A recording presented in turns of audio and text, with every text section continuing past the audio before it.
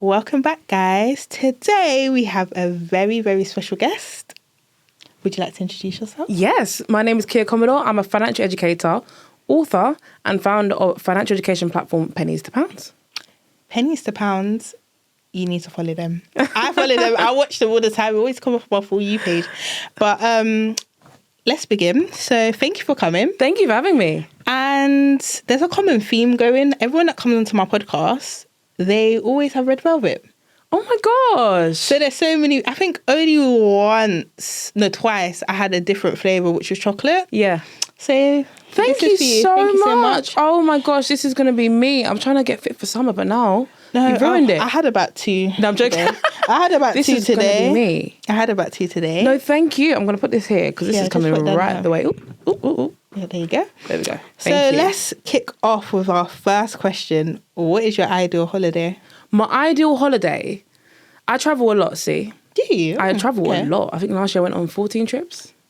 How? Yeah. What's okay? I throw a curveball. Okay. My ideal holiday, I'm trying to think. So I'm very big on, like, I'm the person who's watching the David Attenborough documentaries. Okay, yeah. So I really want to go somewhere, and I'm more interested in marine life than like ground. I mean, of course, I want to see like all the interesting animals we have on land. But marine life is fun though. But marine life, yeah, it's so interesting. I think because there's so much that's undiscovered. I'm interested in that. Yeah. So without going off topic, my ideal holiday will be somewhere where I can go do excursions, but also enjoy the culture. I'm very big on culture wherever I go, and a little bit of nightlife. You know, let's just go and dance with the locals. That's me. You know, have you been Brazil? Never been Brazil. Oh, I've had the nightlife. Well, when it's carnival and I know I've heard. Has anyone ever sang to you on the street before? You know, like you see the little videos when a lot of people that go to like, a lot of Latin countries, they be rapping for them. Do you know what? That's a bit of beat. I love that. They be singing. Someone even ended up in a music video. Oh, I would love that. That's my dream. That's my dream that I just walk into it and they're like, do you want to be in? I'm like, yeah, go on then. She was a video vixen. She was. I would love it. She was. I would love it. I'll give it everything. Everything I've got. Okay. Yeah. How do you manage to get 14 trips in? Well, we need to caveat here that I do run my own business. So that gives me way more flexibility than if I worked a 9 to 5. So I do want to just put that in there.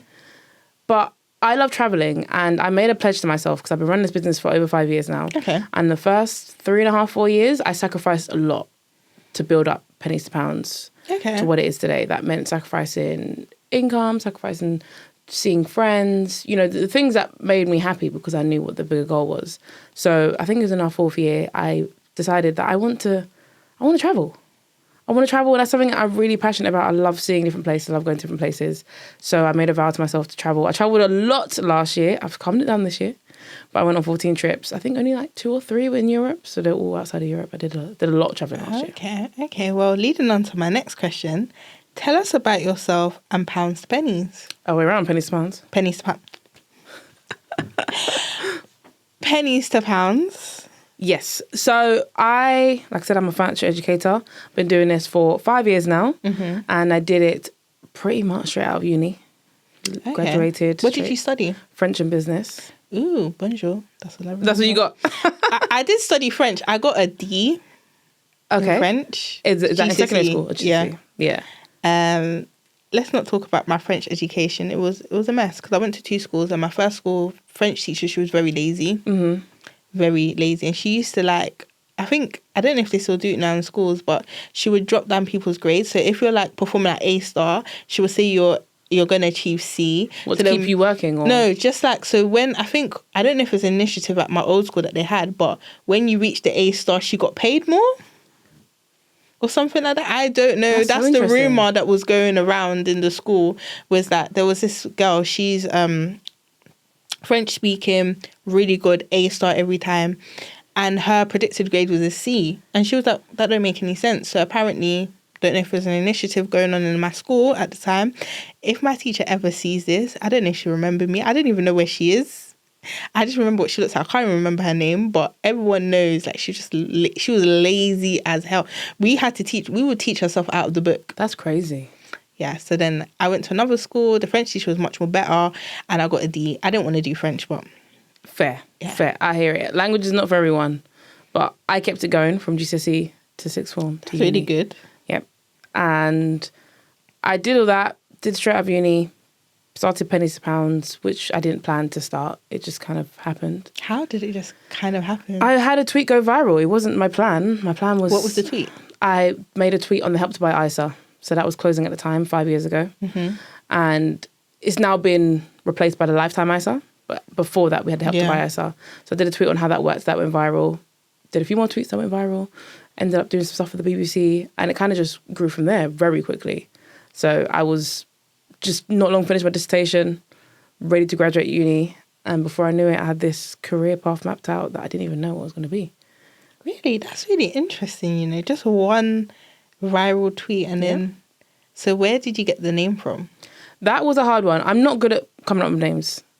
I would say I'm great at ideas. I would even go as far as to say that I'm pretty good at business. Mm-hmm. Ideas woman, as in names, not my forte in the slightest. That was me. My dad had basically said to me, like, come up with, think of things that people say when it comes to money. Think of sayings that people say. And it took me ages, but then I obviously settled on the one that most people know, look after the pennies and the pounds look after you. So Pennies to Pounds was born. Because I used to have like a penny jar. Yeah. So I still have one, yeah. I had one and I still got pennies all over the house. I used to take it to the bank with my little 10-year-old self. And Mum used to laugh at me, but... I think it's cute, it's nice. It's a really good thing to have. Yeah. So what financial things did you wish you knew when you were younger? I was fortunate enough that my parents did teach me a lot at the relevant ages, but I would say I would have loved to have known how taxes worked. I think even some adults now don't understand taxes. I kind of... all I know is there's a certain amount that is tax-free. You deduct it. £12,570. Yeah. And then different banding is different. And nowadays, when I look at a job, I look at the job after tax, not before tax. Because they'd be like, oh, yeah, you're earning 25k, but no, you're not. What is your actual income after tax? 21k, yeah. So I see like a lot of people be like, oh, the other day there was such a big debate about someone was like 35k a year is not a good enough salary in the UK. And her comment section was just flooded with people saying that's enough to survive, that's okay. And I'm just like, 35k is not enough to actually have a decent amount of life in the UK. The UK salaries are really bad. They are compared to other countries, especially like America. They are. And the tax system, to me, just doesn't really... It makes sense, but it don't make sense how they tax us. That makes sense. I understand that. Yeah. But that's definitely something that I think we should have learned at school.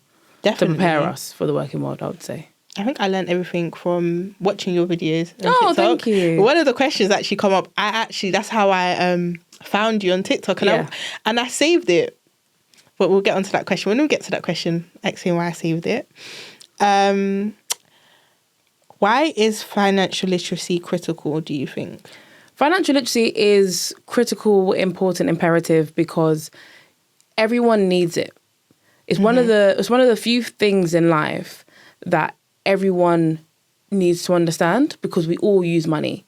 There's not a single person in here who's never bought anything, never got anything on credit, never needed money.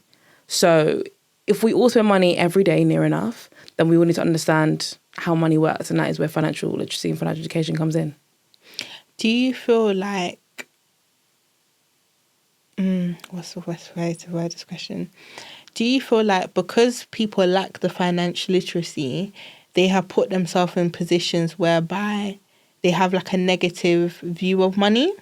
Potentially. I think it could be the lack of financial education. It could also be you learn from your teachers who quite often, to begin with, are your parents or caregivers. And if they have a negative view on money, I'll never earn enough, I'm always going to be in debt, whatever their views are, then that's quite often what you take on board because our first ideas of the world are from our first teachers. So if I had parents who grew up and said, we can never earn money, then I might not have started a business because I might say, that's never going to be me. I can't do that. So I think it's a mix of different things and even circles that you're in.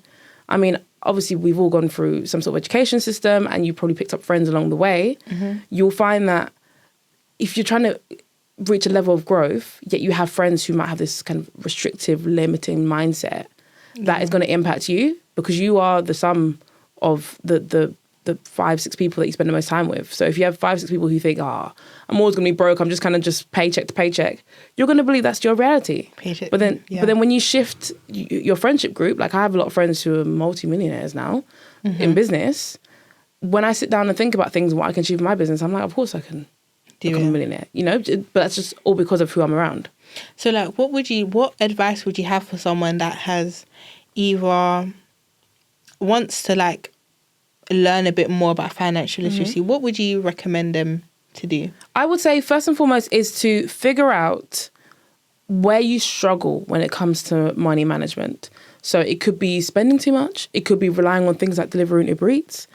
Or it could be feeling as though you can't spend anything. Some people are hoarders and just feel like if I spend any money, I'm not going to have any. Understand where you currently struggle with when it comes to money, and then go out there and seek the information to learn about it. Okay. There are so many places for free, like YouTube, websites, podcasts, where you can literally take some time and for absolutely free learn how you can better manage your money. But if you sit there oblivious, or if you sit there almost somewhat ignorant and not wanting to unpack perhaps why you do some of the things you do when it comes to money, you're never going to be able to overcome it, because no one's perfect.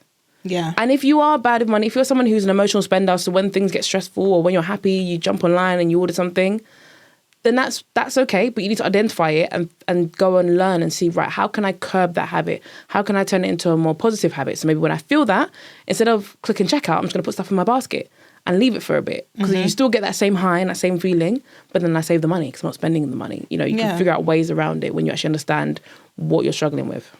Okay then. My next question is, what is the pink tax? So the pink tax is this interesting concept that products marketed to women tend to be generally higher in price than they are for men.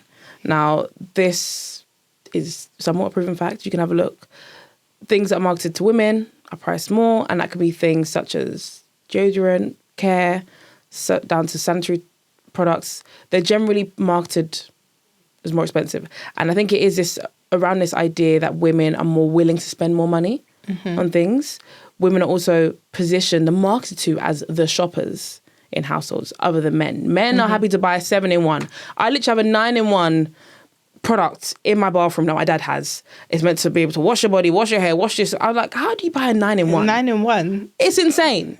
Oh, but then women, we don't want that, right? We want, I need this product, this product, this product. So marketing tactics tend to charge more for women, simply just for being women. And I think that's really bad, because I speak to I have a lot of male friends, and when they're talking about how they are going to go and cut their hair for £20. Oh my gosh. I look at them thinking, that can never be me. I wish. Whenever I hear that, I'm always so envious. My hair is about £60 to £70, and I think that's a good price. I go to my auntie to do it, so shout out to the aunties. Shout out to the aunties, man. Sorry. And it amazes me that there's a lot of men, they just live like cavemen. Like, some of them don't cream their feet, some of them don't use cream, and I'm just like, what? Like, even down to like doing their hair, they don't even wash their hair. Their hair be dry and crispy. Well, they get the luxury of cheaper products. That's what I do know. And I think that's just so unfair. Do you think that's ever going to change? I don't know. I think that there's a lot of factors to it that isn't just, I've obviously oversimplified it. It's not just that. It would require a whole shift in the economy and in the marketplace. So potentially. God, I'm so sorry. It's all right. It's all right. Don't worry. So sorry. Hay fever season. I don't have it. My friends do. Everything's just doesn't seem cute. I'm so sorry. Sensitive. What are the common financial scams people should be aware of? There's quite a few. They're getting more and more intelligent and hard to detect. I fell for some. Have you? Nearly. I've nearly, like... It was like a phone contract. I thought someone took it out in my name. Okay. And what I did was, you shouldn't click the link now, because now, even if you click the link, they can still get you. But I clicked the link and then I couldn't get out the page, which is only one page. That's how I realised. But it is... It's very prevalent. It's becoming harder to detect. So I would say the more common ones is someone messaging you on WhatsApp, pretending to be a family member, saying, oh my gosh, I'm stuck here. Can you send me some money? Because I need to get home. And a lot of the times it works, because if you get a message and it might say, sorry, I'm using someone else's phone, but it's me, I need you to send me money. They're going to want to, if it gets sent, it's like, oh, my son needs money, I'm going to send the money because they must have someone else's phone. That's a common one. Another common one that I get a lot from my phone is delivery. So I remember I got sent a delivery text and I was actually expecting a parcel delivery, from that same provider, because usually it's the wrong provider, Yeah, but it was the right one on the right time. And I was like, oh. But then I looked at the number and I was like, this isn't usual, because I get parcels from them fairly often. And I went back and I looked at my email chain. I was like, yes, it was a scam. It was. If I clicked on that one, it would have been the wrong page. No, literally, the other day my auntie messaged me asking me to send her money because she didn't have the money in her account, whatever. So she sent it to me. And I said to her, I said, do you know what? This is weird, because she never asked. This is one auntie that's never asked me before. So I was like, hold on. Let me tell her to verify if she knows. I said, what's your name? She said her full name. I was like, hold on. What's my full name? Because a hacker's not going to know that. So it was actually her. But I only did it. Another reason why I did that is because someone hacked my auntie's Facebook and was selling Oasis tickets. Oh, random. Right. Now, my auntie does like Oasis or whatever. And she must have called me. And I must have saw it. And I was thinking, that's weird. Why she's... Anyway, I just said, do you know what? Why didn't she just message me? As her niece, why didn't you message me for the ticket? And she's like, someone scammed her and took her page, and someone actually fell for the scam. Wow. So you have to always be careful. You have to be vigilant. You really do. Is there any times where you nearly fallen victim of a scam, or no? You've always been... I'm always hyper aware. And I think it's better to be hyper aware, even if you get a call from like the bank, right? Because sometimes on the odd occasion, the bank can call you. Mm-hmm. And I've had calls from the bank, and I will literally ask them to verify themselves. Mm-hmm. And if it's a legit place, they're not going to feel weird. Like, the bank's not going to feel weird that you've asked them to verify this, that before you give them your information. They're going to know that you're just double checking that it's the right call. So no, I've not had that. I think more needs to be done, especially like the older generation and the younger generation and people that are vulnerable, because it's very... I did a banking law module at uni because I just finished my law degree. And there was a case... Thank you. And there was a case, and this man, someone called him, and it was such a... Long story short, the way he got scammed was... You could tell it was a scam, but at the same time, I understand where he was coming from, because I think someone even ended up at his house to verify. And no, I think the police were involved, and he just kept on just withdrawing large amounts, and nobody didn't stop it. And he had a lot of money. He gave a lot of money, and it was a big thing. And it was like talking about like the bank's responsibility as well. And there's like an element of like cybersecurity. And the one thing that I learned that is stuck in my mind of everything I've learned in my degree was that there's an element, in order for these scams to like work, there's an element of human error. Of course. And that's how like AI is so dangerous, because even somebody did like a meeting with the CEO of the company, and they transferred the money and it wasn't the CEO. So it's getting really... It's getting hard to detect. It is. But I think if you just double check different things, so like you said, the example you gave of your auntie, you know your auntie, so you can call and say, hey, is this you? I know a lot of people are impersonating my page personally and Pennies to Pounds, and I'm messaging people, but those people are coming to me and saying, hey, just checking, do you have 2 accounts? I'm like, nope. I wouldn't have 2 of the same account. Yeah, I'm like, I wouldn't have 2 of the same account because that's just weird. But they're double checking before saying anything, because those accounts are messaging saying, hey, do you want to invest in this? I'm like, I would never send that to anyone. But that's why you double check before, even if you are interested, you double check before you do anything. So I think it is just an element of, if you have that access, can you check that that's okay? If they're sending you a link, is it a legitimate link? You know, if I'm sending you a link to something, if it's not from Pennies to Pounds or something legit, then you might question, is it actually from Kia? I've never seen her talk about this, but yeah, she's DMing me personally to send me this. Yeah. You know, it's probably not her page. And then when you come back, you're like, oh, It is her page. It stopped on Instagram because I'm verified on Instagram. Yeah. But on TikTok, it's rife. TikTok is like the devil's playing ground for fake accounts. There was one person that I follow, Kenny. Yeah, Kenny, yeah. I got so excited because she followed me back. I was like, oh my God, she followed me back. And then I was like, something was off. This was when it was first like started to happen. And then I was like, no, something's off, because then I think I got a message and I was like, this can't be her, because I've never like met her, but I've watched her things. They may have commented 1-2 things, but there's no way out of how many followers she's got that she's going to follow me. So I was just like, oh my gosh, this is really bad. So any single time I see like an account follow, I just like, I'm already following them, so why am I having to follow you back? So then that's one of the things that I kind of look for. Good. Yeah. Or I just don't follow back. I just decline. Yeah. Or just check the following, because I mean, sometimes people ask me and the account is like Pennies Pounds, but it's got like 500 followers. I'm like, well, you know we don't have 500 followers. That's obviously not us. Or if it's too outlandish, they've got 200,000. I'm like, we also don't have 200,000 followers. So you can kind of gauge roughly, because you follow the account, you should kind of gauge roughly, is it them?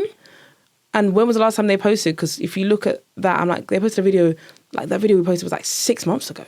Yeah. It's nothing to do, like we posted a video like today. So that's obviously not us, you know, but it's very hard, because some people might get excited, think, oh my gosh, this is someone which I completely understand. Watch. But I think when you said there, if you already follow the page and now you click on them, you have to follow them back, then it's probably not the page that you thought it was.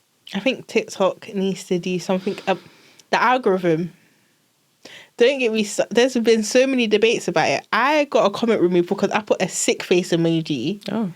And they removed my comment. And then I tried to like appeal it. And then I saw something very inappropriate on TikTok and I reported it. No violation. So TikTok, do something about it. Yeah, you got to tell TikTok. Facebook and TikTok need to do something about it. But your book. My book. You've got my book. Oh my gosh. So when I was writing out my questions, I was going to ask you about the book. Yeah. But then I was like, no, I should get the book. Because before you was coming on, I was going to get your book. Yeah, and it was just sitting in my basket. And I was like, you know what? No, I'm going to get the book. Thank you so much. I haven't finished it. I tried to finish it before today. It's the thought that counts. It's all right. But let me just say, and I'm not saying it because you're here, but there's certain things that I knew, and there were certain things that I didn't know. And the things that I didn't know was how you split. Mm-hmm. I looked at that and I was like, oh my gosh. So I went into ChatGPT because I was being lazy, and I put your split into I put the split in there and a salary. And I was like, oh my gosh, this can actually work. Because I find that I do budget, but I don't think I'm effectively budgeting sometimes. Mm-hmm. And what made you want to write this book? This book is such an achievement for me because it's my first ever book. I'm now an author, thanks to that book. And it's something that I would have loved to have read growing up. Mm-hmm. I was and still am an avid bookworm. I have tons of books in my house now. I had loads growing up. I was always in the library. Mm-hmm. Yet the only book that my mum could never find for me was a good book about money. So when this opportunity arose with my publishers, HarperCollins, shout out to them, it was just the perfect fit to be able to write the book that I wish I had when I was younger and be able to create that beginner's guide for everyone when it comes to personal finance. So I'm glad that you're enjoying it so far. Do you think you're going to write more books? I was saying this to someone the other day. I was like, writing a book is what I envisage, because I'm not a parent, but it's what I imagine having a child is like. Mm-hmm. Because everyone I know who has kids or like has their first one vows they will never have another child again. During the process, during pregnancy, even giving birth, they say, this is my first and last child. Then the child gets a little bit older and they're like, I want another one. And they have another one. That's how I feel about writing a book. I wrote this book and I was like, never again, one and done. And the book's out there and I'm like, I could probably write another one. No, so now I'm like, I could write another one. I'm kind of like, I'd love to write another book. I feel like for me personally, the jump from a part-time salary to a full-time salary, because okay, cool. I find that a lot of people think when you're done with uni, I'm in my corporate bag. I'm making a corporate salary, but they're only earning like 25k a year. Let's just put the standard. I think the standard average graduate salary maybe be about 20. Than that. I think it's like 21. 20, okay, yeah, 21. 21. Let's just say 21. Yeah, let's go for 21. Let's put the 21. They're saying, oh my gosh, I'm at my corporate job, I'm making 21k. And they're not saving. And then they're not... So, do you know, this book is very much helpful for that. And I think you should write more. Oh, well, look, I told you, it's like having a child. I'm ready for another book. I'm ready to write another one. But if you was to write another book, how would you make like a second part? I don't know if it would be a follow-up book or because obviously this is 11 plus, as in the youngest person can read it. Oh my gosh, I didn't even know it was 11 plus. I just no, for myself. But it's a beginner's guide. But I'm saying a child as young as 11 can read it. And we went through the whole process to make sure that I went through proofreaders and age-appropriate readers to make sure that if an 11-year-old picked it up, they could understand it, and equally a 26-year-old or a 33-year-old could understand it, right? That was the whole point. Yeah, so it's 11-year-old could read that book. So I don't know if it would be a follow-up necessarily, but it would probably be another book about money. But I think that it would be great to write for a younger audience again, just because I think there's so many books on money for adults. I think you should. Yeah, I'd love to stay on that theme just because adults, they've got tons. And I've got so many of my peers who have written books and I think they're incredible. And I think that I would love to stick to the younger age group. Like I said, keep writing for the ones coming out. That's really good. Because I didn't realise, I tried to get my 7-year-old niece to read it because she was annoying me. So I said, read a book. I must have been telling her something about money. And she's like, but where am I going to get the money from? I said, pick up this book and find out where you're going to get the money from. And she's like, but Auntie, and then I said, I must have said arts or something from the book, and then she didn't read it. But if I had known that it was actually, well, she's 7, so it's not really 11. But if I had known that, I would have just more like drilled it more. She can definitely get started, but obviously as you get further into the book, it does get a little bit more complex. No, I will definitely. Like, she is smart. I would say she's very advanced. She's very, very advanced for a 7-year-old. Oh, so it was just, I thought maybe she was shying away from it because it's an adult book. No, when I picked it up, I was like, oh, okay, cool, breeze. I also reading another book. I think it's by Emmanuel. I don't want to butcher his last name. Emmanuel, yeah. That's my brother. Yep. I met him a few times at Barclay events. Yeah. And then I won a book. Which book? Get Your Money Right? Yeah. And then I think I also won the kids version. Yes, so he's got the kids one. So me and him, it's so funny. I love it because he's literally like my brother, not the same parents, but he's like my brother. And when you go to a lot of bookstores, in the little kids finance section, there are 3 main books. It's Deborah Meaden, One of the Dragons. Okay.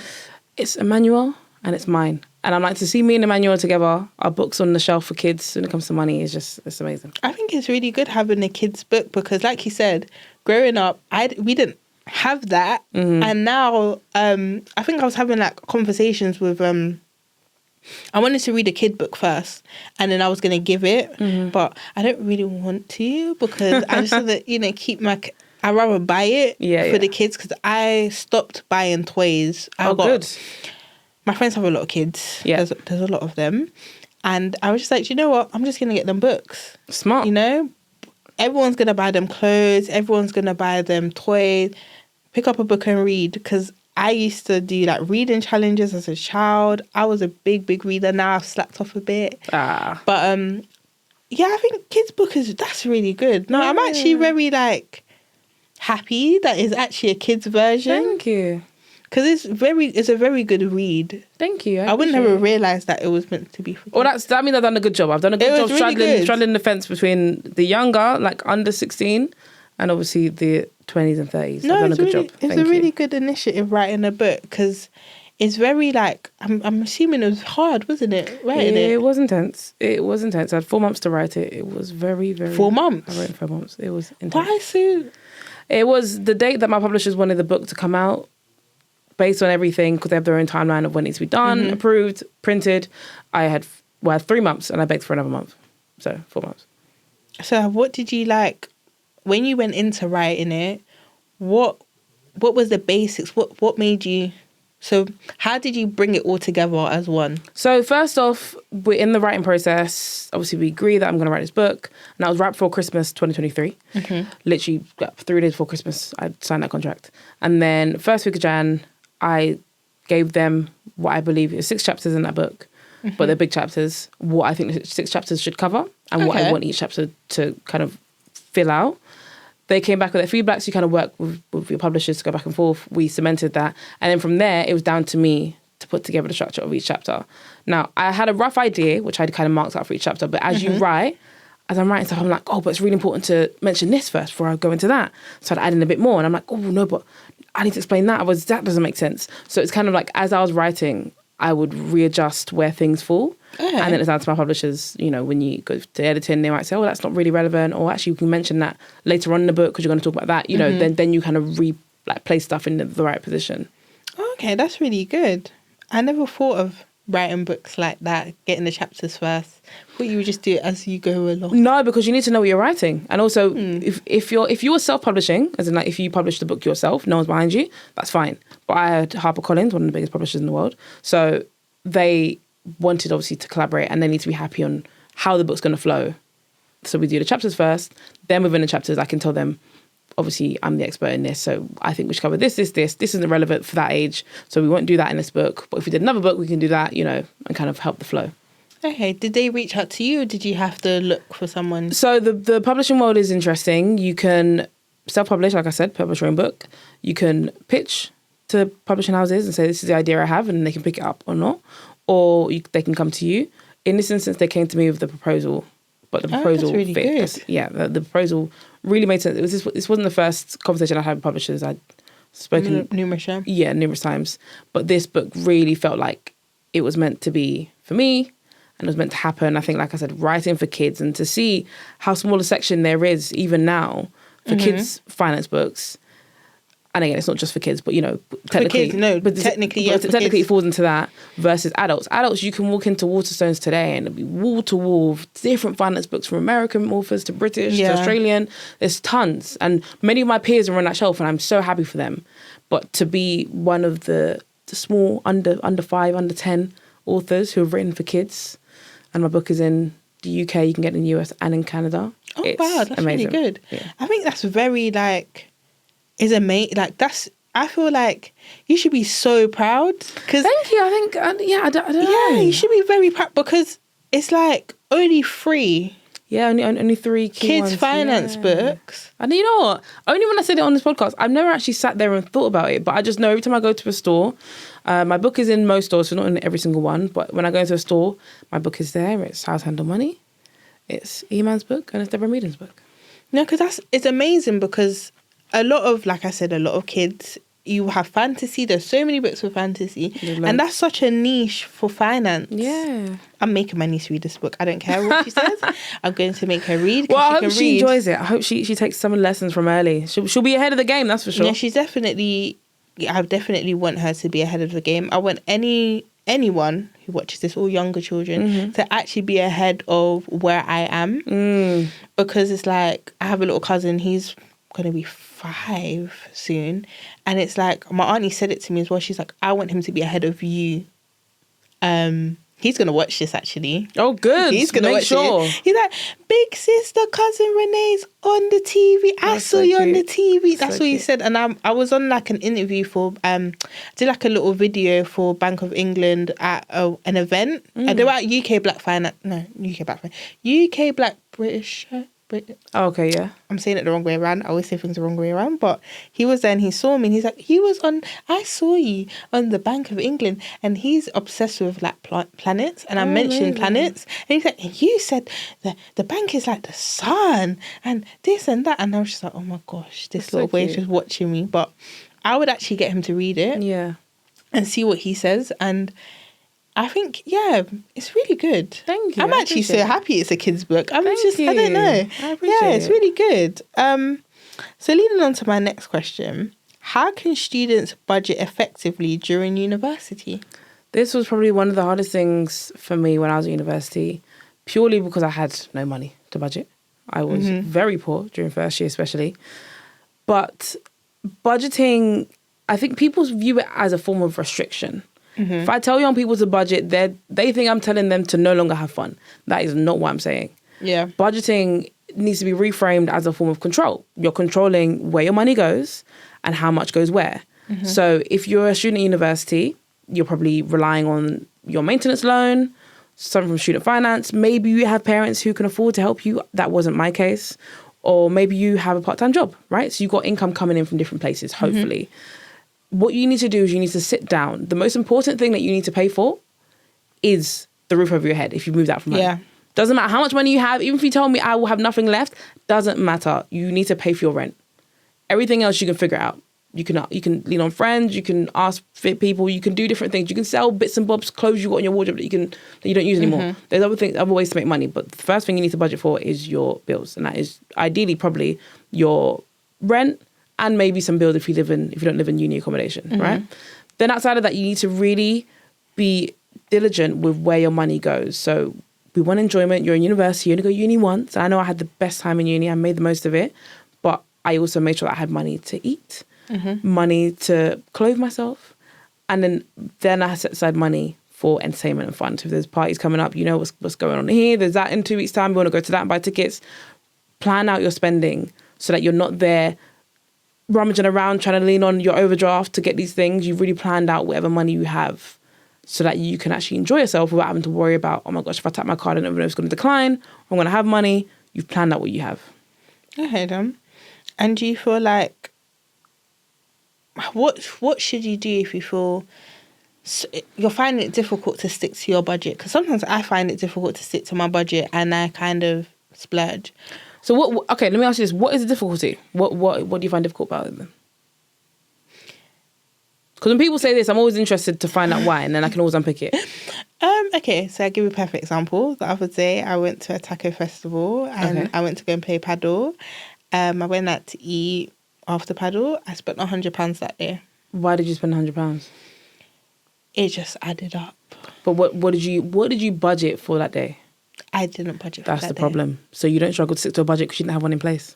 But, okay, that's a bad example. But I've had budgets whereby I have a £50 going out budget. This is my uni budget because I wanted to go out but not go out. But I find that maybe I haven't calculated it properly or sometimes I just see something and be like, I want to go there, and I just have it and I just spend it. So then that's not a budget problem, that's a self-control problem. So how would I manage my self-control problem? You need to be more disciplined. You need to actually tell yourself, my budget is £50. If you feel like you're someone who'll tap, tap, tap and you'll go at £50, then you need to put that money into a separate account. So when you hit that limit, there is no more money to spend. That £50 is in a separate account. I spend from that account, and when the money's done. That's it. You need to also ask yourself, why do I want to spend this money? Quite often you want to spend money in the moment on food or on going out or having fun because you want that fun in the moment. But you're not thinking about the longer term. If you put a budget in place, that is you saying, I want to be in control of your money. You blowing that budget is saying that you don't respect the budget that you put in place. You don't respect your own money. So you really need to be more disciplined. I can't sit there and hold your hand and tell you, you shouldn't buy that. Yeah. That's down to you. The same with most things. People say they want to get fit. No one's going to hold your hand and take you to the gym. You have to be disciplined enough to go to the gym. And that's the same thing with your spending. If you say, well, I'll just splurge, then that's a self-control thing. That is not that's not a bad budget, in this case anyway. That is you saying, I have a budget in mind, but when I go out, I don't care. Do you know what it is? I feel like I make sure all my bills are paid. And then when my bills are paid, I don't have money for, I would say, leisurely things. Okay. In a sense whereby my savings are non-existent. Then that's also a problem. Yeah. That's also a problem. I feel like being in uni, I've had to always dip into the savings. But that's what your savings are for, like for emergencies. So it's not like I use my savings for, I want to go on holiday. I actually use it for what its purpose is for. But I find that after like the main things, like even if I put a little into my stocks and shares ISA, I make sure that I pay into my stocks and shares ISA, or I literally make sure I spend like, I have to put money away. Like there's a certain amount that I have to make sure is put away. And then when that's all done, I will have a bit of money left and I just spend. But you don't go over that money. I wouldn't say I'll go over, but I just spend and then I just won't have money afterwards. Then there's the problem there as well.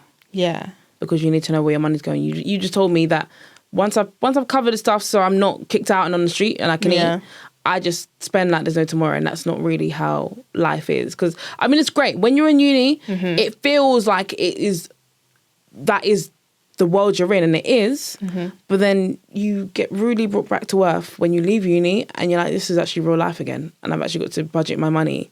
And yes, adult life is, hey, I want to see you, but money's a bit tight at the moment. Even if you've got money, doesn't mean you should spend it. You can say, hey, I know we said we're going to go and eat, and going out to eat might be £50. Actually, we just wanted to meet up, to catch up. Let's just go for a coffee. That's £5. Yeah. You know? So I didn't have to pay for £50. I could spend £5. And we still got the same experience. I still got to catch up. We can chit-chat for hours. We can do whatever we do. Let's go for a walk. Nice weather. But you didn't spend the same money. So it's about really being disciplined with your finances. I feel like when you're young and like the pressure of seeing your friends and feeling like you're a rubbish friend, and in doing that, it's like if you miss this birthday dinner, you end up spending like about £60 or £70. But it's like, it's so hard to tell your friend, no, I can't make it. Because then, I don't know, like... But what... do you know what? I completely understand that, because I am still young, by the way. I feel like everyone seems like no, 35. You're not that... I don't mean it like that. I'm just saying it to the audience. I know you're young, because I realised when you said it... I'm 27, newly turned. When you said about uni, I was trying to calculate. So I know you're young. Just not long turned 27. That's what I am, okay? I'm saying young to the audience. To the audience. Not to us. Yeah. I'm 24. Yeah, see? So we're pretty different. So I'm saying it to the audience. Yeah. Like when you're young...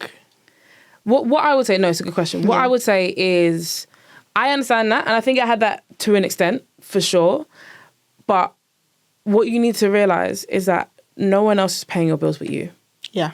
And I had periods of time where people want me to come to this birthday and I'm working, I'm like, that's £60. If I spend this, I've got like £10 for the rest of the month. I can't afford that. So I'm going to have to say to them, hey, I can't make it that day, but I would love to see you another time to celebrate your birthday. Then you can control the environment. So if you still want to go out to eat, maybe we go to Nando's instead. Yeah, something I can afford Nando's, you know? Let's figure out something else that I can now afford. Because I still want to celebrate you, I just can't celebrate you the way you want to. And I think a lot of young people forget, we unfortunately have this, we're growing up on social media. So you see how influencers are spending their birthday. But influencers, A, get gifted stuff, B, earn way more money than you, and C, just don't have the financial pressures that you do. So you can't look at the latest influencer and think, oh, but they went to Nobu for their birthday. They also got gifted it. You don't have the cash to go definitely. There. I think my biggest thing of where I spend money is I have a lot of hobbies. Okay. I like to bake. Okay. So I'm always buying stock. Bakers know how much it is for just a bit of stock. You will be spending about £80 to £100 just on stock. But I can make that money back when I stop being lazy and make my content. Discipline again. So it's just, I think it's that, and then it's like the odd occasion of something may come up, and then it's just like, oh my gosh, I have to pay this. But one thing I always say is I always have money to pay it off. Like if I was at the time when I used to drive, I used to be able to pay off my parking tickets all the time. I always had the money for that. So I would say I'm not that bad at budgeting. I can stick to a budget on the things that aren't adjustable. So like my bills, I can't change the payments, but I can change whether I spend £10 less in my savings or £10 more in my savings. That's a bit adjustable for me. Or how much I spend on my hair monthly. I have a hair budget now because I was not doing my hair regularly. And I said, you know what, I need to do my hair because my hair's suffering. Yeah. So my hair budget is £70 a month. Which I think is fair. It's fair. It's very good. So my next question is, how should people manage their day-to-day finances? Day-to-day, I think you need to have some sort of understanding of what that looks like. If you live in London, that's going to be slightly different, or another major city. It's going to be different than living outside London. I live outside London. But as a former Londoner and born and raised, I understand that London, you can breathe and spend £30. Oh my gosh. I completely understand. So I know it's not as easy as just saying, oh, well, just watch your money. When you're in London, the moment you tap and you need to get the underground or something, money just left your account and it's insane. But day to day, you need to have some sort of an understanding of how much money you're spending. If you know I'm going to get on the train today, like I did today, I know how much money I'm going to be spending. If I'm out and I'm like, oh, I'm going to be out all day, instead of just saying, oh, well, I was hungry, so I spent £15 on lunch, I knew I was going to be out today. So why didn't I can make smart choices about what I'm going to spend on. It's just having an understanding of how much is in your account and how much is going to be leaving your account day to day. Then you can be in control of your money.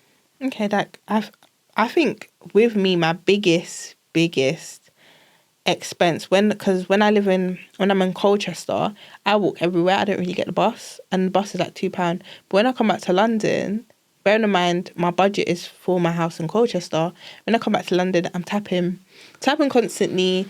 I use my mum's Oyster card because she's got like the yearly one, so I can get on the bus for free, and she always gives it to me.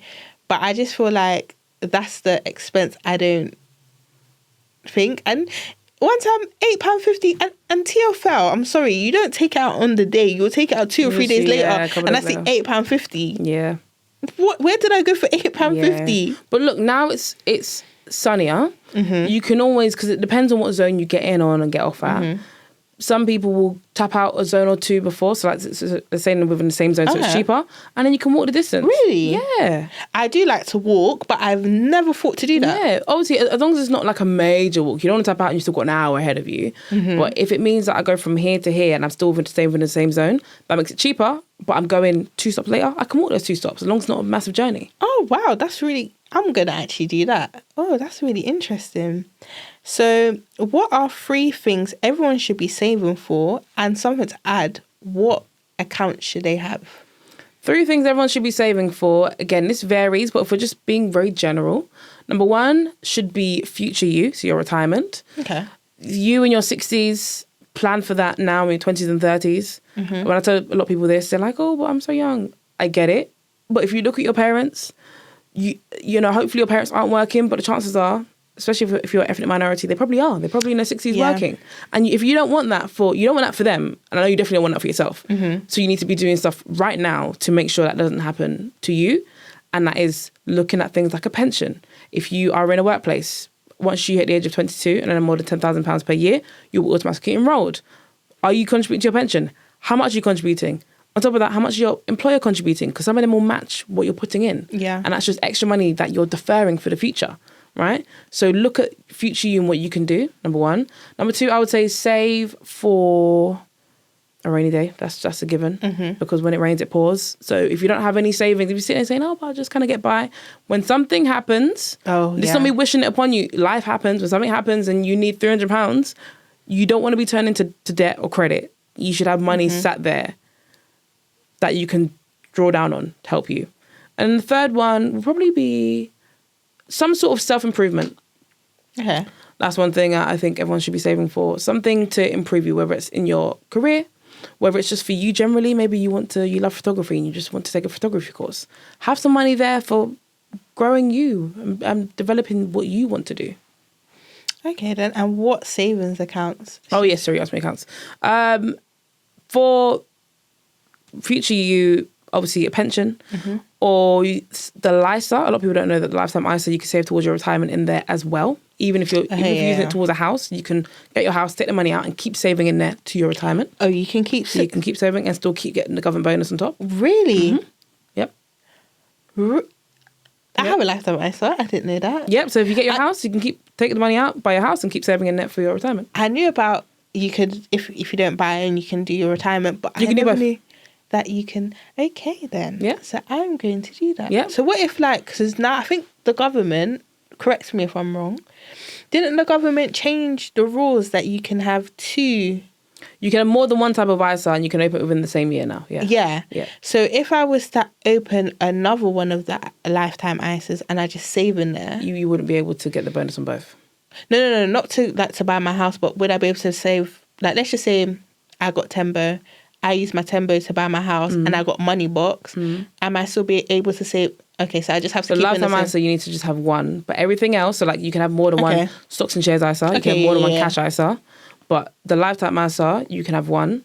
So some people opened up the Help to Buy ISA years ago and then won a lifetime ISA. I got the Help to Buy as well. You can have both, but you can't get the bonus on both. Okay. So you have to pick which one you want. Okay. But obviously you can get it on either, but the lifetime ISA, you now have a double barrel because you can get your house and for retirement. So that's the one I kind of always encourage people to have a look at because you can use it, buy your house, have fun, and then keep saving towards your retirement. Okay, so what if going back to the same question, because I need to make sure that I'm in compliance with because next thing you know, when you come to the end of it, they're going to be hitting you with some bills and I can't wrap my head around the government sometimes because they're just a bit wishy-washy. So what if I have 2 lifetime ISAs, I pick that I want to go with Tembo, I would be charged if I take out the money from the money box one, won't I? The 25%. Well, if you contact the provider that you're with and say, I've got one already with this provider, they can move it across without any fees. That's excellent. Okay. Oh, I might do that then. See, it's a good thing that you came on today to put my mind at ease. Okay then, and what provider would you recommend for like a stocks and shares ISA? So I don't do advice. So advice would be telling you should get this, but to have a look at, if you're looking at lifetime ISAs, Moneybox is a good one. That's one that I think generally people tend to know about. Other places, like I believe Wealthify's got one, Tembo. There are different places that offer a lifetime ISA. They're more digital. So your traditional bank, when I say this, I mean like your high street bank, will not be offering a lifetime ISA. It's just not something that they offer. But the digital banks like Moneybox are the ones you're going to find the lifetime ISA on. If you're looking for a stocks and shares ISA, especially if you're new to it, I would highly recommend looking at Moneybox again, Plum, Nutmeg, Wealthify again. Those platforms, I think Trading 212 has it as well. Those platforms are pretty much what I would say are beginner friendly. They're fair and like simple enough to use. They guide you through enough for you to understand how to open it up and how to use it, I would say. Okay. My next question is, how can someone develop healthy spending habits? You need to understand what kind of spender you are. So I'm a spender who doesn't spend. That's my thing. I spend on food. Everything else, like I buy clothes maybe once every 5 months. Like I'm not really a spender. You can get me outside, I'm not going to spend really. If it's food and it's good food, 100%. Oh yeah, food right? is like... Food always. But, it's the Achilles heel of everyone. But everything else, I'm not really a spender.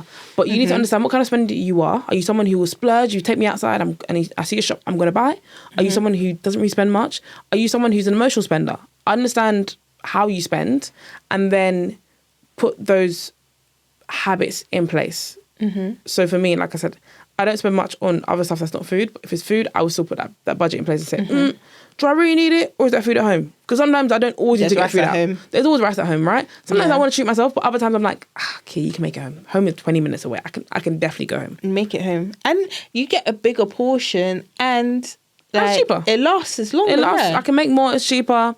But obviously sometimes I'm out and I'm like, oh, that does look good, you know? Yeah. Nothing wrong with that. But if you're an emotional spender, like I said earlier, put that in place and understand that when I'm emotional, I'm not going to check out. Because a lot of people check out when they're sad. Then the thing comes and like, why on earth did I buy that? Because you weren't in the right headspace. So just understand what kind of spender you are and then put in place those habits to mitigate those. Okay then. And my next question is, what's a good way to treat yourself without overspending? Put in place a limit on that treat. Okay. Don't just say I'm going to treat myself and then £300 later you're like, oh my gosh, how did I get here? If you're going to treat yourself doesn't always have to be big. It can be £50, it can be £20. Put in place that budget, whether it's the number, like how much you want to spend, or what it is you want to spend on, and then don't go over it. So for me, sometimes I might have had a good day and I'm like, oh, do you know what? I achieved this. I'm going to treat myself to a nice little bubble tea. It's £5 tops. I didn't have to go over and above to treat myself, right? Because that looks different for everyone. Yeah. For you, that could be something else. That could be, oh, do you know what? Oh, I've been craving this place for ages, right? And sometimes I'm like that. I'm like, oh, I'm going to treat myself to some food. But put that in place because you can still get that high, but then you don't break the bank and you don't break your budget. So my next question is, what are the basics of finance? What are the basics of finance should young people understand and know? You need to understand what saving is and the importance of saving. I mean, we all get told put money away into savings, but a lot of people don't understand it, don't know the point, which is why they'll dip into their savings. But you need to understand why it's important to save and get into the habit of saving from early. Because saving, like everything, is a habit. You have to build on that habit, right? So do that from early. Number 2, credit. Very big one. Understand what credit is, the impact it can have on you, but then also the benefits that it has. Because credit has a lot of benefits, but a lot of people don't use it in the right way. Yeah. A lot of people will lean on their overdraft, which again is not a bad thing if you're in uni, because I know I used my student overdraft then. But I never used it. I did. I didn't have enough money, so I had to use my student overdraft. I never, not even because I did have a part-time job, but I don't know if my account actually has it. Well, it might not be what you're with, like the account you're with. You might have to open up a separate one. I open up actually opened up one of the bank I had. But it all depends. If you have one, it's not a bad thing. I used mine because I needed it. But understanding that it's not free money, because as soon as I graduated, I put in place a plan to pay it off. Yeah. But even above that, credit cards, not free money. A car on finance is credit. It's a loan, not free money. Buy now, pay later. Klarna, ClearPay, Klarna. Not free money. Yeah. All of those things impact your credit score. Your credit score is something that you need. Even to get something as small as a phone contract, you can get declined on a phone contract with a poor credit score. And that's all because you might have used Klarna and forgot to pay it back on time. Something as small as that can impact whether or not you can get a phone contract out. I had to email Thames Water. It wasn't my fault. I paid, so I missed a payment, but before it got to late payment fee, late payment on your file, I already paid it off. And there was an issue with the system. It was like, I was in credit. I ended up being in credit because I just kept on paying it. So then they wrote to me and they said, oh, like my credit score was like up. And then 2 things made it just dramatically dropped. And I was like, what are you talking? Like, why is it dropping for? So I had to call them. I had to call Free. I had to get myself out of the Free contract because I was paying £50 a month and I've never used a chip. So I just said to them, okay, I've paid it, but in our contracts, I haven't fulfilled the contract of using it. You see, I've never used it. They stopped it. They never refunded me, but, you know, that was a lesson to be learned. And I got it off my credit file. Good. I had to, because I was just like, I don't miss a payment for that to happen. And I missed one payment on Klarna before they started putting it on your credit file. And now I pay it off before, and now Klarna won't let me use it. I don't know why, but I pay on time all the time. Or I would like, if I don't have the money, but I can afford to pay that first payment, and then when I get paid at the end of the month, I just clear the Klarna off because I'm not trying to be in huge amount of debts. It's a good habit. It's hard. It's easy to fall into it because I paid off my credit card so many times, and I've used my credit card after the fact. So it was like I could have just kept the money in my savings account instead of just paying off my credit card. Right. It's not a lot. It's just like, so if I like I say, if it's like an emergency, I'll just use it for an emergency and then clear it off. Yeah. So I can afford to clear off that amount. It's just that I've just paid it off and then I've had to use it. Then I paid it off and I had to use it. But that's what a credit card is for. Yeah. But I don't like it. Why? Because to me, I just like, I don't want to use it. But then again, like you said, I've actually accepted it now. But credit cards aren't bad things because the way you're positioning it is as though credit cards... No, not bad. I know it's not bad, but I just don't want to... So, like, for example, I don't spend over, like, £200 on it. I've gone a bit over now, but I try not to use so much of it. And then when I use a bit of it over... To you, it's not a lot, but to me, I'm thinking like I've used £1,000 on my credit card, but I haven't used £1,000. But in my head, it feels like I've used £1,000. But like I said, I've accepted that it's there to be used in emergencies, and I pay it off. And I either pay it down the monthly amount off completely, or I will pay like I pay the monthly off, or I just pay however much I want to pay. So my monthly sometimes would be £10, but I can pay £50. Yeah, so that's how I do it, really. That makes sense. Sometimes I just feel like I'm not doing enough. But speaking to you, I feel like I'm okay. It's just is a me problem, not... Yeah, I think maybe just understanding a bit more about the benefits of credit as well, because there are additional benefits that come with actually using a credit card versus a debit card. Yeah. Additional protections that you have on purchases that you make over a certain value. Yeah. So the different things that come with it. Because I've seen that to my friend the other day about, I think his flight got cancelled or something. I said, if you had a credit card, you could have got your money back instead of... If you paid on a credit card. Credit card, yeah. And I missed some money on one of my holiday that I went on. I didn't use my credit card and I was so annoyed. But I wanted a British Airways one. And I got Barclays for that, but the card that I have, it won't progress me there. So I would have to get rid of the account and then 6 months later apply for another one. But that's going to affect my school. So I said, I just have it for now. And then when I'm ready, just change it over. Yeah, yeah. Because I want points for holidays. Makes sense. My last question, and this is the question that I came across you. So it was, I think you was talking with someone and you was Maya. talking, yeah. Yeah. You was talking about maternity Mm-hmm. leave. And I didn't know that maternity leave in the UK, you end up getting paid peanuts. Yep. So I haven't had any kids yet. Mm-hmm. I do want to have kids eventually. And this is something that I need to put in the back of my head. So what should people know financially about maternity and paternity leave? So this was a good episode that I did with Maya. Maya's a great guest, and she came on and she was talking predominantly about maternity leave because at that time, not said on the podcast, she was pregnant. She's had a baby now, but that's something that was really prevalent for her. So she was sharing a lot of things that she's done. But when it comes to maternity leave and paternity leave, you don't get paid a lot, especially in the UK. You don't get paid a lot.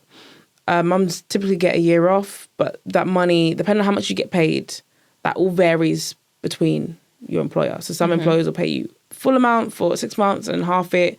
Some will pay you the full amount for the whole time you're off. Some might be 3 months and half. You know, whatever money you get is agreed upon from your employer that you're going to take maternity leave from. So the first thing you want to do is to make sure that you are looking at maternity benefits at every job you apply to. Because like I said, you're not ready to have kids yet, but at some point you do.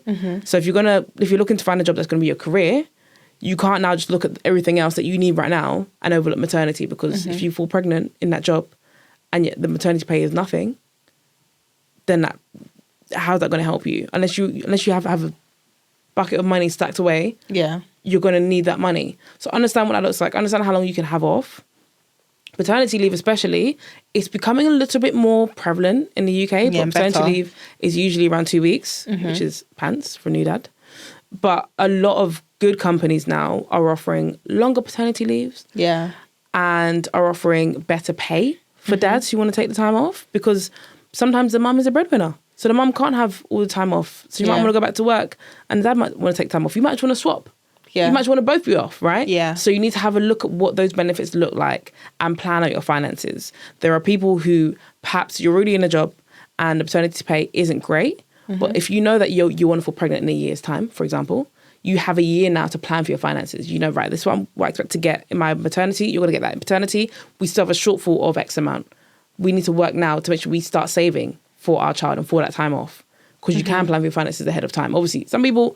can't plan that way. You just fall pregnant and that's what it is. But if you have the opportunity to plan, then plan out your finances alongside that. Not just plan when you want to become parents. Plan, what does that look like for us financially? How much time do you want to have off? How much money what does that look like? Do we have a mortgage? We need to make sure we can cover the mortgage every month if I'm on maternity leave. Is that maternity leave going to cover our mortgage? No, we need to start saving now. What can we do now to boost up that pot so we will be okay when it comes to that? Okay, then. So would you say essentially, now that everyone's into the role, someone wants to have a baby in 5 years, 5, 6 years, the plan is graduate, by the time you're 30, start having kids. Would you say start from now and save a bit aside? Or you can do, but I think it's probably when you're about a year out, maybe year and a half out, start thinking properly, because that's when it's going to be close. I mean, if you want to get pregnant in 5 years' time, great. I mean, you can put some money aside, but that's still years away. Yeah. Once you're with your partner or whatever you're doing, I don't know if you're going through IVF, whatever you choose to do, and you're like, right, within the next 12 months is our aim to start, then you have 12 months to say, right, I've got 12 paychecks that I can save before then. And then obviously you still got another, let's just say, call it 6 months, where you're pregnant and you can still work and you can save so much money before you have to go on maternity leave. So you can plan out your finances there. It's a year and a half that you could have. Okay, so someone right now, okay, let's flip it. So, because it might be similar to what you're saying, but I want to make it clear to the audience, if someone is in this position right now, they're pregnant, they're in a job, they found out their maternity leave and stuff, what would you say is a call to action for them to start doing to prep themselves? Go and find out what your maternity pay looks like. How much are you getting? What are they giving you? Because chances are, if we're having this conversation, you probably don't even know what they're giving you. So you need to be clear on what that is. Talk to your HR team, find out what you're going to get. Then work out your own finances. Sit down with yourself and say, hey, right, this is how much I pay. Because usually for a lot of people, it's on autopilot. You don't really know how much you pay for rent or mortgage or this or that. Sit down and say, how much do I actually pay every month? Even if you share that load, how much do we pay? Now, how much is the maternity pay going to cover? oh, it's going to cover us good for 3-4 months, but then it's going to fall down, half pay or whatever. It depends on what you're working at, right? Mm-hmm. Now you need to figure out what is that shortfall. Mm-hmm. So what are we missing when it does go to half pay, or when that amount changes? How much are we going to be down by? Mm-hmm. And can my partner fill in? Yeah. Do I have to start saving now? Should it be a mix of the two? Then you can put that plan in place. Because the worst thing is that you're on maternity leave, enjoying your new arrival, and then you're there worrying about how you're going to pay the bills, mm-hmm. which is why we're trying to mitigate that so you get the best time. And obviously motherhood is hard. Yeah, crazy. You don't want to make it even harder thinking about how you're going to pay your bill next month. That's mm-hmm. not what you want. You should be thinking about how can I bond with my child and all of these different mm-hmm. things that I can imagine new mums are thinking. You don't want to now also have that burden on yourself of how do we cover the bills because I didn't plan ahead and this money is not enough coming into our account. Okay then. And I said that was the last question, but just to go back to what you previously mentioned about your book being for young children, what advice would you have for any parents watching this to start their kids off to gain financial literacy? I would say read her book, but what's other things that they can do? The main thing I would say is include them in the money conversations and actions that you do day to day. So the things that you don't even think about. You go to the shop, you buy something, you hand the money over, give it to your child. I remember numerous times my parents gave me the money and said, "Go, just give it to the cashier," to get me involved mm-hmm. in that, right? Or if your child says, "I want this chocolate," okay, well, how much is it? Mm-hmm. Get them thinking about what that looks like. Oh, it's £1? Okay, I'll give you £1. You hand it over to them. Have those conversations and make those lessons incrementally more difficult and more complex as they get older. So when they're 5, 6, we're not going to sit down and talk to them about ISAs. They're 5, 6. Mm-hmm. But they can go to the corner shop with you when you're there or when you go to the supermarket and they can tap your card and say, "You see how much that was on the screen? Yeah, we're tapping that." Then when they get older, 10, 11, now we're talking about, "Oh, okay, you got some pocket money. Well, you want sweets? Well, I'm not getting it for you. You got your money. How much money do you have? Count it. Okay, you want to get that? You sure you want to get that? Have you got enough money? Okay. Remember, if you get this now, you can't get that." Have those conversations. Now they're thinking about money. Then when they get even older, you can increase those lessons and maybe they're having their first job. Now you got paid. Great. Here's your phone contract. You want a phone? That's how much your phone contract is. Well, it's £20 a month. That's how much you pay now. So how much do you have to work? Mm-hmm. Get them into that money conversation so they're really thinking about money from early. I know I said final, but... Go on. What's your view on black tax? Black tax. So black tax is a thing that I don't know the whole definition of it, but essentially a lot of people say that when they live at home, their parents charge them rent. Right. So essentially they call it the black tax. Okay. What is your view on that? I know everyone has different situations, different upbringings. Mm-hmm. I know I'm Caribbean and I know that varies and that's quite different to people of African descent and their backgrounds mm-hmm. and their households, because I've heard that your first paycheck goes to your parents. No. Let's not on the first paycheck going to parents. Let's just say some people... No, but I'm just talking about the nuances between already African and Caribbean households. Mm-hmm. I'm saying stuff like that I've never experienced, okay. right? And I also know that some people's parents charge them rent. Mm-hmm. I still live at home. Mm-hmm. I contribute to my household. A lot of my friends contribute, but I also know some people who pay full rent to their parents. Now, mm-hmm. There's other communities who don't necessarily have to pay rent to their parents. Yeah. They get to enjoy a free ride. Yeah. I would love that. I don't have that. I would love that too. I don't have that. But equally in the same breath, I know that when you get older, you realise how much things cost. How much things cost. That if I'm just living at home scot-free and I'm earning my money, mm-hmm. and I'm not saying charge me tons where I don't have anything for myself. Yeah. But if I can contribute at home, I don't see why I wouldn't. But parents who charge disproportionately to what their kids are bringing home, I think is probably where the issue is. Yeah. So if your parents charge you £700 rent, but you know full well you're living at home on 60k, that is nothing. That's mm-hmm. peanuts. And you can contribute and you can afford that contribution.